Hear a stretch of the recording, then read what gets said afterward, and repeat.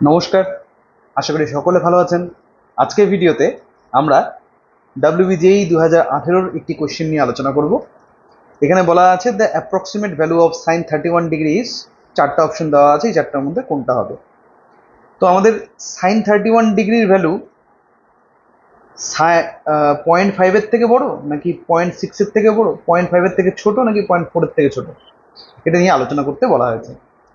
তো সাইন 31 ডিগ্রির মানটা বের করার জন্য সর্বপ্রথমত আমি একটা জিনিস প্রমাণ করব, সেটা হচ্ছে যে একটা জিনিস চেক করব, সেটা হলো সাইন এক্স ইনক্রিজিং ফাংশন নাকি ডিক্রিজিং ফাংশন।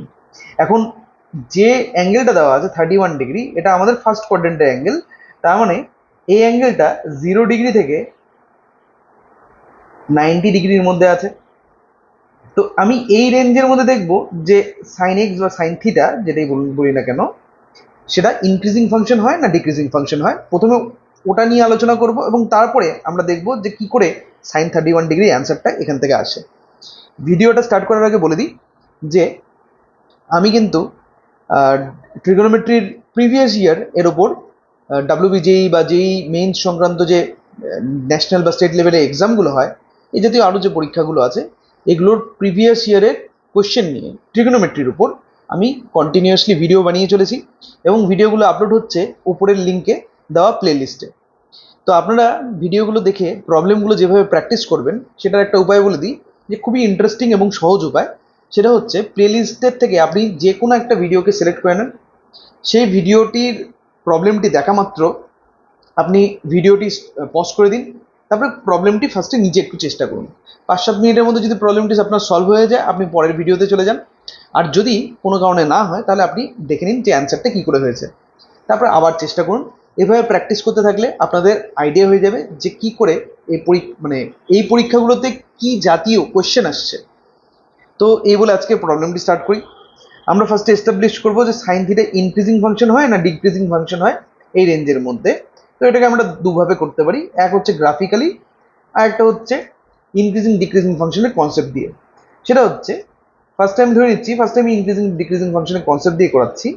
সেটা হচ্ছে F theta equals to sine theta ধরে নিচ্ছি। আমাদের রেঞ্জ দেওয়া আছে 0 ডিগ্রি থেকে 90 ডিগ্রি অবধি, কারণ আমাদের কোশ্চেনে যে অ্যাঙ্গেলটা বলা আছে সেই অ্যাঙ্গেলটা এই কোয়াড্রেন্টের মধ্যেই থাকে।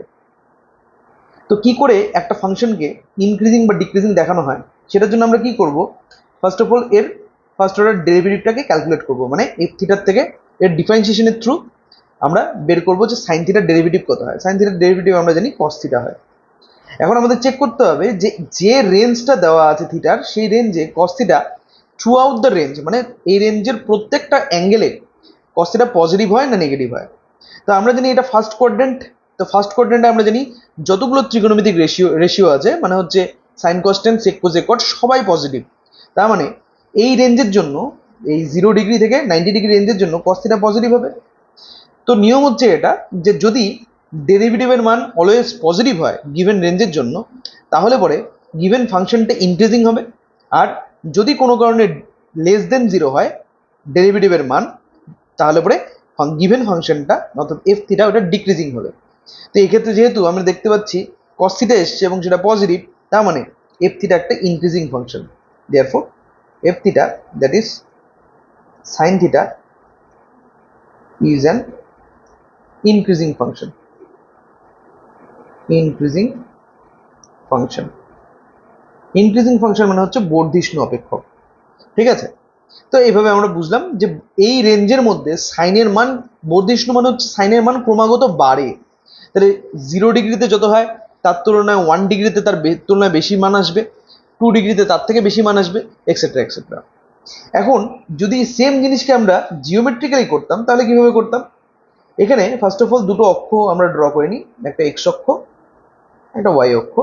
এটা এক্স অক্ষের নেগেটিভ সাইড, এটা ওয়াই অক্ষের নেগেটিভ সাইড। তো খুব সিম্পল, আমরা জানি যে সাইন থিটার কার্ভ এরকম হয়, এটা in between 0 degree and 180 degree, আর ঠিক মাঝখানে এই জায়গায় থাকে হচ্ছে 90 ডিগ্রি। এই 90 ডিগ্রির জন্য এর ভ্যালুটা সব থেকে বেশি হয়, এটা হয় 1। আর তারপরে 180 ডিগ্রি আর 0 ডিগ্রিতে সাইন থিটার মান 0 হয়, যার জন্য 0 ডিগ্রি আর 180 ডিগ্রি দুটো ক্ষেত্রেই এক্স অক্ষকে সাইন থিটার কার্ভটা টাচ করেছে। তারপরে আবার সাইন থিটার ভ্যালুটা নেগেটিভে চলে যায় 180 ডিগ্রিকে ক্রস করার পরে, কারণ আমরা জানি 180 ডিগ্রিকে ক্রস করলে ওটা থার্ড কোয়াড্রেন্টে এন্টার করে। তো থার্ড কোয়াড্রেন্টে সাইনের ভ্যালু নেগেটিভ হয়, দ্যাটস ওয়াই ভ্যালুগুলো সব নেগেটিভে পাওয়া যায়। তো আমি ওই সাইডে আলোচনা করছি না, আমাদের শুধু 0 ডিগ্রি থেকে 90 ডিগ্রিকে নিয়ে আলোচনা করতে হবে। তো এখানে সিম্পলি সাইনের কার্ভটা আপনারা দেখেন তাহলে বুঝতে পারবেন এটা কিন্তু কন্টিনিউয়াসলি 0 থেকে 90-র মধ্যে ইনক্রিজ করে চলেছে। তাহলে সাইনের কার্ভের থেকেও আমরা বুঝতে পারি যে সাইন এক্স বা সাইন থিটা এটা কিন্তু একটা ইনক্রিজিং ফাংশন। মানে এখানে সাইন, সাপোজ এটা কথা এটা সাইন 5 ডিগ্রি, তো 5 ডিগ্রিতে সাইনের ভ্যালু যা হবে কথা এটা হচ্ছে 20 ডিগ্রি। 20 ডিগ্রিতে কিন্তু সাইনের ভ্যালু তার থেকে বেশি হবে, মানে সাইন 20-র মান সাইন 5-এর থেকে বড়। একই রকমভাবে সাইন, এটা যদি আমি বলি যে কথা 75 ডিগ্রি, তো সাইন 75 ডিগ্রিতে কিন্তু সাইন 20 ডিগ্রির থেকে তার থেকে বেশি বড় মান পাবো, কারণ ইনক্রিজ হচ্ছে ভ্যালুটা ক্রমাগত, যত বড় অ্যাঙ্গেল হবে সাইন থিটা মান তত বড় আসবে। এভাবে সাইন 90 ডিগ্রি অবধি যায়, তারপরে সাইন 90 থেকে আবার এটা কি করা হয়, ব্যাক করা শুরু করে। মানে সেকেন্ড কোয়াড্রেন্ট যেটা অর্থাৎ 90 ডিগ্রি থেকে 180, এর মধ্যে কিন্তু সাইন একটা ডিক্রিজিং ফাংশন হয়। ঠিক আছে, এভাবে আমরা গ্রাফকে অ্যানালাইজ করেও কিন্তু সাইন সম্পর্কে জানতে পারি যে সাইন ফাংশনটা কিরকম, কি জাতীয় ফাংশন। তো এর থেকে একটা জিনিস বোঝা গেল যে যত অ্যাঙ্গেল বড় হবে সাইনের মান তত বড় হবে।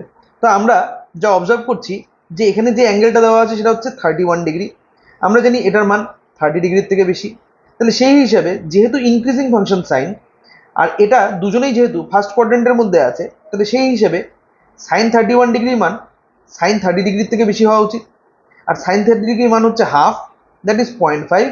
তাহলে সঠিক অ্যান্সার হচ্ছে sine 31 degree is greater than 0.5। এভাবে আমরা এই প্রবলেমটা সলভ করলাম। নেক্সট ভিডিওতে যে প্রবলেমটা নিয়ে আলোচনা করব সেটা হচ্ছে এটা।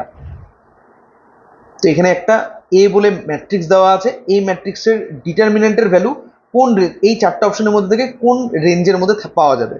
তো এটা নিয়ে নেক্সট ভিডিওতে আলোচনা করব। আজকে ভিডিওটি স্টপ করার আগে বলে দিই, আমি কিন্তু ট্রিগোনোমেট্রির প্রিভিয়াস ইয়ারের পাশাপাশি ডিফারেন্সিয়াল ইকুয়েশনের উপরও সেমভাবে কাজ করে চলেছি। উপরে প্লেলিস্টের লিঙ্ক দেওয়া হলো, আপনারা প্লেলিস্টের লিঙ্ক থেকে ডিফারেন্সিয়াল ইকুয়েশনের প্রবলেমগুলো সেমভাবে প্র্যাকটিস করতে পারেন, ভিডিও শুরুতে যেভাবে আমি বলেছিলাম প্র্যাকটিস করার জন্য। নেক্সট ভিডিওতে আপনাদের সকলের সাথে দেখা হচ্ছে। ভালো থাকবেন, সুস্থ থাকবেন। Thank you.